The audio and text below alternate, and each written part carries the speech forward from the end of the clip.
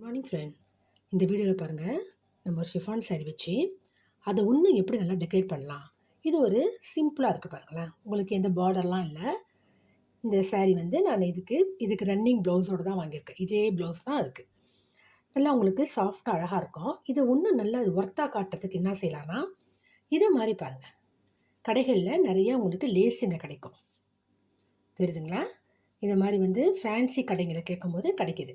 இதை வாங்கி நம்ம இந்த பார்டரில் வைக்கும்போது இந்த சாரியோடைய ஒர்த்து உங்களுக்கு ஒன்றும் அதிகமாக தோணும். பாருங்கள் எப்படி இருக்குது பாருங்கள். இப்போ நம்ம அதை எப்படி தைக்கிறதுன்னு சொல்லிட்டு நான் உங்களுக்கு சொல்லித்தரேன். இது சிம்பிள். உங்கள்கிட்ட மிஷின் இல்லாதவங்க நீங்கள் கையாலே தைச்சிக்கலாம். உங்களுக்கு கையால் தைக்கிறது நான் சொல்கிறேன், மிஷின்லையும் எப்படி தைக்கிறதுன்னு சொல்லிடுறேன். ஃபஸ்ட்டு பாருங்கள், கையால் தைக்கிறது எப்படின்னு சொல்லிடுறேன் பாருங்கள். இது வந்து உங்களுக்கு ஒரு புடவையோடைய அளவுக்கு கொடுத்துருவாங்க. அதனால் இது அப்படியே இருக்கட்டும். இப்போ பாருங்கள், நான் ஏற்கனவே வந்து நான் கீழே ஃபால்ஸ் வச்சுட்டேன். எல்லா சாரிக்குமே ஃபால்ஸ் வைப்பேன். கீழே வச்சிடுறோம். இப்போது நல்லா பாருங்கள், நம்ம இடுப்பில் சொருகிறோம் இல்லைங்களா, கரெக்டாக நம்ம அந்த இடத்த எடுத்துக்கணும்.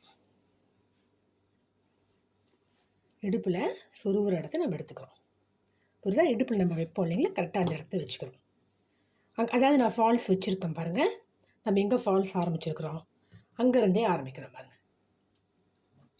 நம்ம அங்கேருந்து இதை வைக்க ஆரம்பிக்கிறோம். அப்படி வைக்கும் போது உங்களுக்கு இந்த இதெல்லாம் கட் பண்ணிடுறோம். இது மேலே கட் பண்ணி இதெல்லாம் எடுத்துட்டு இதை ஒரு மடிச்சிடறோம். ஒரு மடிப்பு மடிச்சிடறோம். மடிச்சுட்டு இது மேலே வைக்கிறோம். புரியுதுங்களா? இது மேலே எங்கே ஃபால்ஸ் வச்சுருக்கணும் அங்கேயே நான் ஆரம்பிக்கிறேன். அப்போ தான் உங்களுக்கு காலுக்கு பின்பக்கமும் உங்களுக்கு அழகாக வரும். அதுக்காக தான். அப்படி தான் பாருங்கள். இதே மாதிரி தான் நீங்கள் இது மிஷினில் தைக்கிறதுக்கு முன்னாடியும் கையாலேயே நம்ம ஒரு வாட்டி தைச்சிட்டு அப்புறமா மிஷினில் தைச்சாலும் நல்லாயிருக்கும். அது என்கிட்ட மிஷின் இல்லை என்றவங்க நம்ம இது கையாலே இது எப்படி தைக்கலாம். உங்களுக்கு ஏற்கனவே நான் வந்து ரன்னிங் ஸ்டிச் சொல்லி கொடுத்துருப்பேன் இல்லைங்களா, அதையே கிட்ட போடணும்.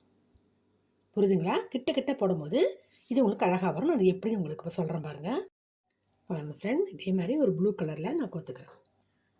2 இலைகளை கோத்துக்குங்க. கட் பண்ணிப்போம். அந்த இடத்த ஸ்ட்ராங்காக நல்லா நாட் போட்டுருங்க. அவ்வளோதான். இப்போது நான் சொன்ன மாதிரி புடவையுடைய கால் பாகத்துலேருந்து வரும். அதாவது நமக்கு எந்த பக்கம் சொருவுறமோ, இடுப்பில் சொருவுறமோ நம்ம அந்த பக்கத்துலேருந்து நம்ம வர போகிறோம். இது நழுவாமல் இருக்க இப்படி வச்சுக்குவோம். இப்போ பாருங்கள்,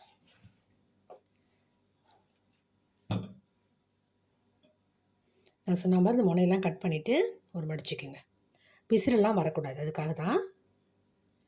இப்போ பாருங்கள், பின் பக்கமாக கொடுத்து நம்ம மேலே வந்துடும். வந்துட்டுமா, சின்னதாக ரன்னிங் ஸ்டிச். இது பிரிச்சுக்கோன்னு நீங்கள் நினைக்கவே வேண்டாம். நல்லாவே இருக்கும், ஸ்ட்ராங்காகவே இருக்கும். பாருங்கள், சின்னதாக ரன்னிங் ஸ்டிச், சின்னதாக. அப்போ உங்களுக்கு ஸ்ட்ராங்காக இருக்கும். அல்லது பேக் ஸ்டிச் கூட போட்டுக்கலாம். பேக் ஸ்டிச்னா என்ன, இப்போ ரன்னிங் ஸ்டிச் போட்டிருக்கோம் இல்லைங்களா, அதையும் திருப்பி பேக்கில் குத்துங்க. அப்போ இன்னும் ஸ்ட்ராங்காக இருக்கும் உங்களுக்கு. ஒரு ஸ்டிச்சு உங்களுக்கு பேக்கில் குத்திக்கலாம். புரியுதுங்களா? இப்போ பாருங்கள், 2 ரன்னிங் ஸ்டிச் போட்டேன். குத்துன இடத்துல திருப்பியும் குத்தி பேக் ஸ்டிச் இப்படியே போட்டுக்கிட்டு வர வேண்டியதுதான். இதே மாதிரி பொறுமையாக ஒரே நாளில் செய்யணும்னு அவசியம் இல்லை இல்லையா, பொறுமையாக கொஞ்சம் கொஞ்சமாக செய்யலாம். கொஞ்சம் கொஞ்சமாக பொறுமையாக அப்படி செஞ்சுட்டு வரலாம். பாருங்கள், உங்களுக்கு அழகாக வரும். எவ்வளோ கிட்ட போட்டிருக்கோம் பாருங்கள், தெரியுதா உங்களுக்கு? பொறுமையாக போடுங்க. இதே மாதிரி தான் நீட்டுக்கும் போட்டுடுறோம்.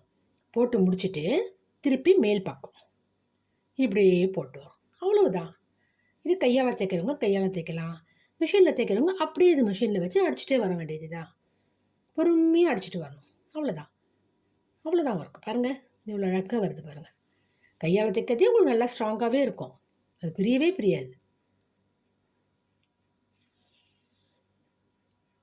நீங்கள் நினைக்கலாம், உங்களுக்கு நம்மளுடைய செப்பல் மாட்டி கிழிச்சிருமோ, அப்படிலாம் இல்லை. நீங்கள் வந்து சின்னதாக தையல் போடுறதுனால உங்களுக்கு அது பிரியவே பிரியாது. உங்களுக்கு மாட்டவும் மாட்டாது. உங்கள் செப்பல்லாம் மாட்டவே மாட்டாது. அழகாகவே இருக்கும். பாருங்கள், உங்களுக்கு தெரியுதுங்களா? எவ்வளோ அழகாக இருக்குது பாருங்கள். இது சாதாரண ஷிஃபான் சாரீ.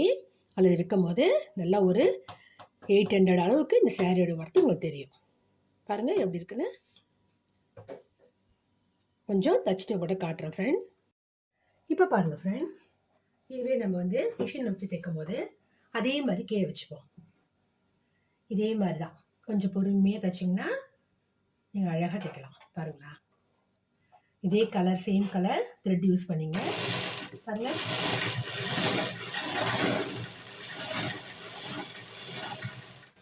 மிஷின் உள்ளவங்க தைக்கலாம், இல்லாதவங்க கையால் தைச்சிக்கலாம். அதுக்காக நமக்கு மிஷின் இல்லையேன்ற கவலை இல்லை, நம்ம கையாலே அழகாக தைச்சிக்கலாம்.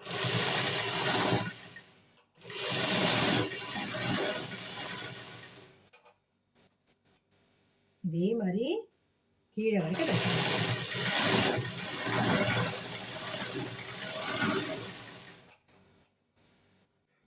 முடிச்சாச்சு ஃப்ரெண்ட். பாருங்கள் இந்த சாரீ எப்படி இருக்குன்னு. கீழே பாருங்கள், பார்டர் ஃபுல்லாக யூஸ் பண்ணிட்டோம். வச்ச பிறகு எவ்வளோ நல்லா இருக்குது பாருங்கள். நீங்களும் ட்ரை பண்ணி பாருங்கள். நிறைய கடையில் இந்த மாதிரி கிடைக்கும். நம்மகிட்ட பிளெயினான ஒரு சாரீங்க இந்த மாதிரி இருக்கும் போது நம்ம யூஸ் பண்ணிக்கலாம். தேங்க்யூ.